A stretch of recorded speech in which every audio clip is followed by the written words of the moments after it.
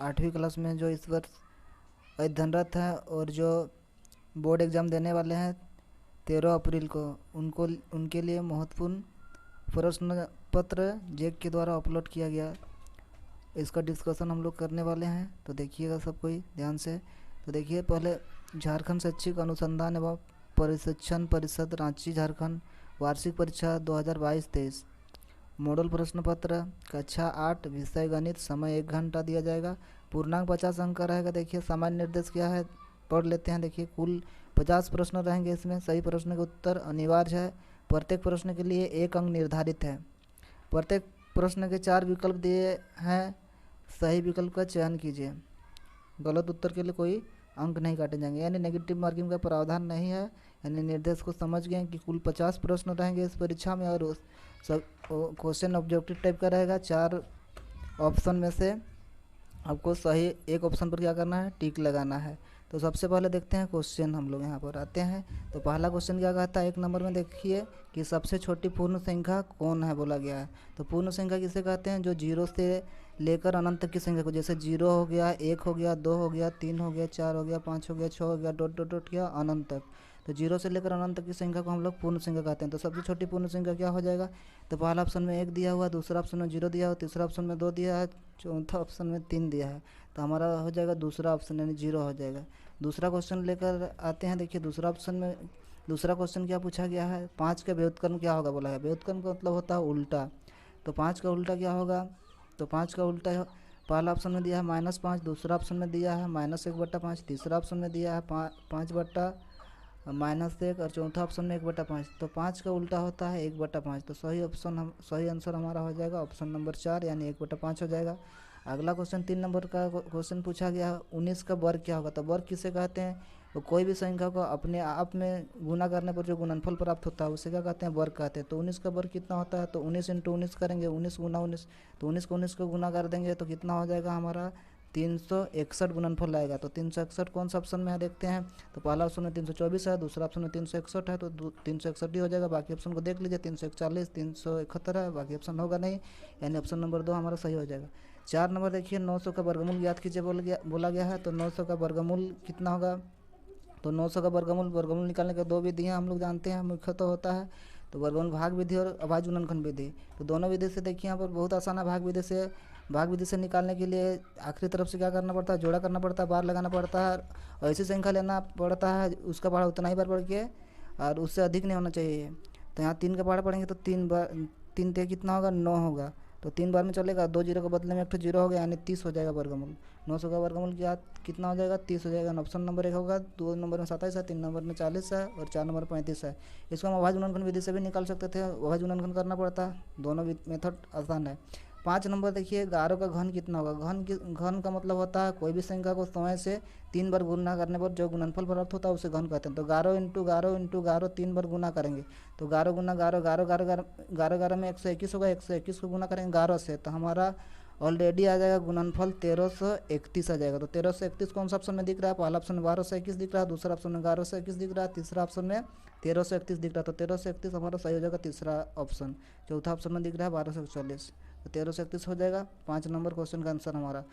6 number देखिए, question क्या कहता है, 8/27 का घनमूल क्या होगा। घनमूल किसे कहते हैं, तो घन और घनमूल एक दूसरे का क्या होता है, उल्टा होता है। तो हम 2 का घन होता है 2 का घन जानते हैं 8 होता है, और 27, 3 का घन 27 होता है। तो इसका घनमूल पूछा गया है, घन नहीं पूछा गया हमें, घनमूल। तो घनमूल क्या हो जाएगा, तो 2 का घन जब 8 होता है तो 8 का घनमूल 2, और 27 का 3 का जब घन 27 होता है तो 27 का घनमूल 3 हो जाएगा, इसीलिए 2/3 पहला आंसर हमारा सही हो जाएगा 2/3। दूसरा ऑप्शन में 3/2 दिया हुआ था, तीसरा ऑप्शन में 4/3 दिया हुआ था, और चौथा ऑप्शन में 2/5 दिया हुआ था। तो हमारा सही आंसर हो जाएगा ऑप्शन नंबर 1, यानी 2/3। 5 का देखिए, 5 का घन का सही मान क्या है, तो 5 का घन का सही मान यहाँ दिया हुआ, पहला ऑप्शन में 25, दूसरा ऑप्शन में 125, तीसरा ऑप्शन में 225, और चौथा ऑप्शन में 135। तो क्या हो जाएगा, 5 का घन 5 × 5, घन का मतलब होता है 5 × 5 × 5, किसी भी संख्या को समय से 3 बार गुना करने पर जो गुणनफल आएगा उसे घन कहते हैं। तो 5 × 5 = 25, 25 × 5 = 125 हो जाएगा। तो 125 कौन सा ऑप्शन में दिख रहा है, देखिए पहला ऑप्शन में 25 दिख रहा है, दूसरा में 125, तो दूसरा आंसर हमारा दूसरा ऑप्शन सही हो जाएगा। तीसरा में 225 दिया हुआ देखिए, चौथा में 135 दिया हुआ, तो दूसरा ऑप्शन सही होगा। देखिए उसके बाद 8वां क्वेश्चन है एक्स का पावर 0 का मान होगा बोला है, तो एक्स का पावर यहाँ 0 है, तो कोई भी संख्या के पावर में अगर 0 रहा तो उसका मान हमेशा 1 होता है, याद कर लीजिएगा। तो पहला ऑप्शन में 0 दिया हुआ, दूसरा ऑप्शन में 1 दिया हुआ, तो दूसरा ऑप्शन सही हो जाएगा। तीसरा ऑप्शन में 5 दिया हुआ, चौथा ऑप्शन में 3 दिया हुआ है, तो सही आंसर हमारा हो जाएगा 1। 9 नंबर का क्वेश्चन देखते हैं। एक संख्या ए बी का विस्तृत रूप है। विस्तृत रूप का मतलब होता है फैला के विस्तार करके लिखा गया रूप।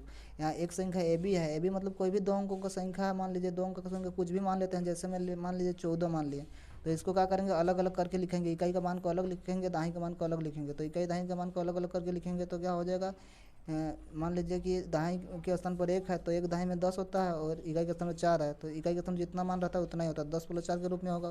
तो उसी प्रकार यहाँ जो ए बी कोई भी संख्या है तो उसका विस्तारित रूप क्या होगा, तो देखिए दाहिने के स्थान पर ए है तो 10 से हो जाएगा, इकाई के स्थान पर बी है तो बी होगा, यानी 10 से प्लस क्या होगा बी होगा, यानी दूसरा ऑप्शन नंबर 2 हो जाएगा। बाकी किसी भी ऑप्शन में 10 से प्लस बी नहीं है, तो दूसरा ऑप्शन सही हो जाएगा। पहला ऑप्शन में 10 बी प्लस ए है, तीसरा में ए प्लस बी है, चौथा में बी प्लस ए है, तो दूसरा ऑप्शन सही हो जाएगा। उसके बाद 10 नंबर क्वेश्चन देखिए, कौन सी संख्या 3 से विभाज्य है बोला है, तो 3 से विभाज्यता का नियम क्या होता है, जब कोई संख्या का अंकों का जो पूर्ण रूप से 3 से विभाजित हो तो वह संख्या 3 से विभाज्य होती है। तो देखिए पहला ऑप्शन में 1 और 2 अंकों को जोड़ेंगे तो 3 होगा, तो यही संख्या 3 से क्या होगी विभाज्य होगी। 1 और 2 3 अंकों का जो भाग लग रहा है 3 से। बाकी ऑप्शन में देखिए कोई भी किसी भी ऑप्शन में आपका अंकों का जो भाग नहीं लगेगा। देखिए 122 में जैसे दूसरा ऑप्शन में दिया है तो सभी अंकों को जोड़ेंगे तो 1 और 2 3 और 2 कितना होगा 5 होगा, तो 3 के पहाड़ा में थोड़ी 5 होता है, अंकों का जो भाग नहीं लग रहा है। तीसरा ऑप्शन में भी 1 और 1 2 और 9 11 होगा, 3 के पहाड़ा में 11 नहीं होता है। फिर चौथा ऑप्शन में देखिए 125 है, 1 और 2 3 और 5 कितना हो रहा है 8 हो रहा है, तो 3 के पहाड़ा में 8 नहीं होता है।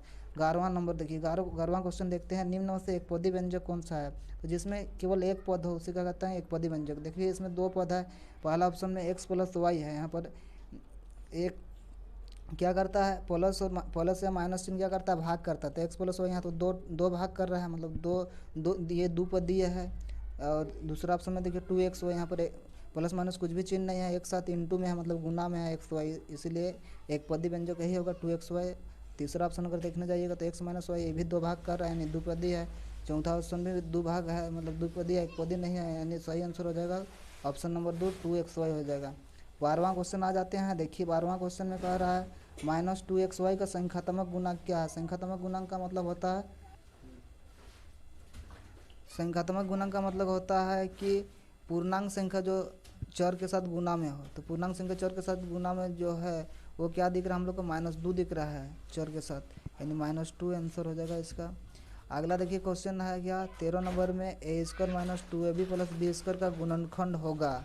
तो यहाँ गुणनखंड क्या होगा देखिए, पहला ऑप्शन में दिया है a + b × a + b, दूसरा ऑप्शन में a - b × a - b, तीसरा ऑप्शन में a + b × a - b, चौथा ऑप्शन में इनमें से कोई नहीं, तो सही आंसर क्या हो जाएगा a - b × a - b। a - b का होल स्क्वायर बराबर होता है क्या a² - 2ab + b², इसलिए आंसर हो जाएगा a - b × a - b का होल स्क्वायर।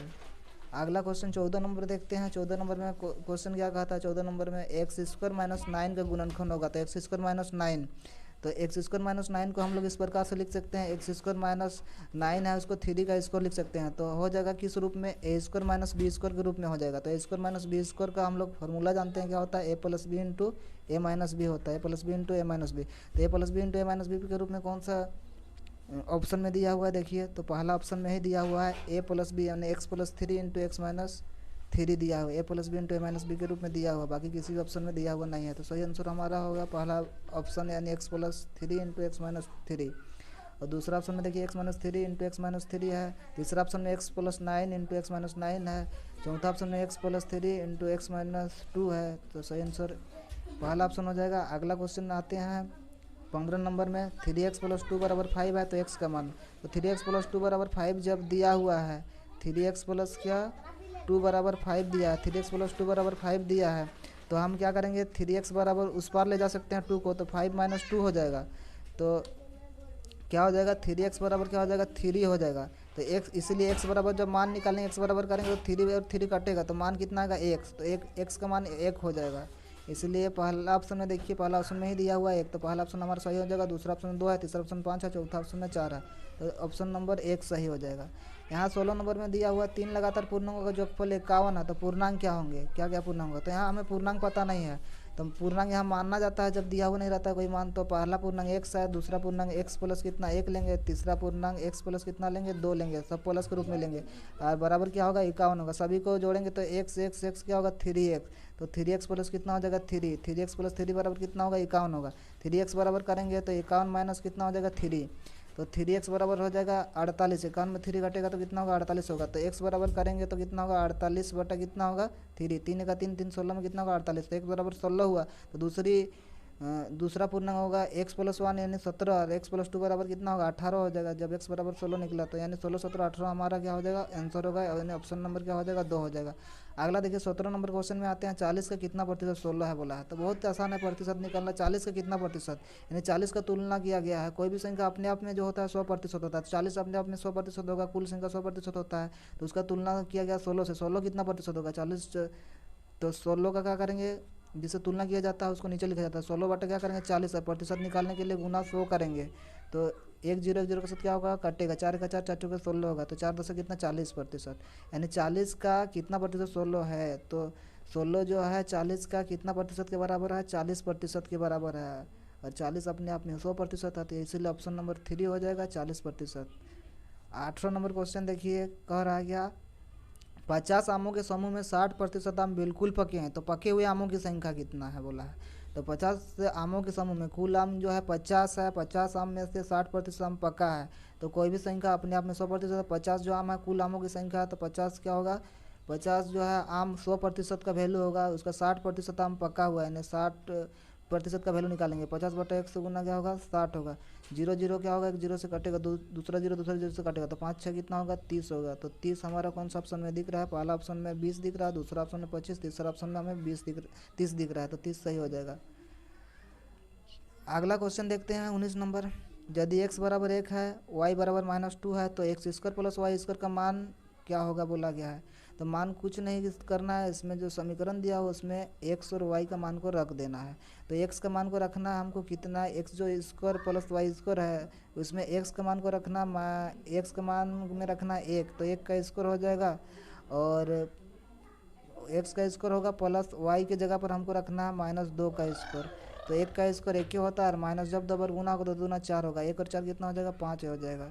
तो कौन सा ऑप्शन में 5 दिख रहा है, पहला ऑप्शन में देखिए 2 दिख रहा है, दूसरा ऑप्शन में 3, तीसरा ऑप्शन में 5, चौथा ऑप्शन में 7, तो तीसरा ऑप्शन हो जाएगा सही 5 हो जाएगा। 7 का घन का इकाई अंक पूछा है क्या होगा, तो 7 का घन, तो 7 का घन क्या होता है जानना पड़ेगा। तो घन किसे कहते हैं, कोई भी संख्या को अपने आप में 100 से 3 बार जो संख्या गुना होकर गुणनफल जो आता है उसके क्या कहते हैं, उसे घन कहते हैं। तो 7 7 49, 49 7 343 होता है, तो इकाई अंक पे क्या आ रहा है 3 आ रहा है, तो 3 आंसर हो जाएगा। पहला ऑप्शन में 1 है, दूसरा ऑप्शन में 2 है, तीसरा ऑप्शन में 3 है, तो 3 इकाई अंक पर होगा, 7 का घन का इकाई अंक का मान 3 होगा। अगला देखिए 21 नंबर का क्वेश्चन, एक घड़ी का अंकित मूल्य 2000 रुपया है, इस पर 10% बट्टा दिया जाता है, तो विक्रय मूल्य क्या होगा। तो यहाँ पर एक घड़ी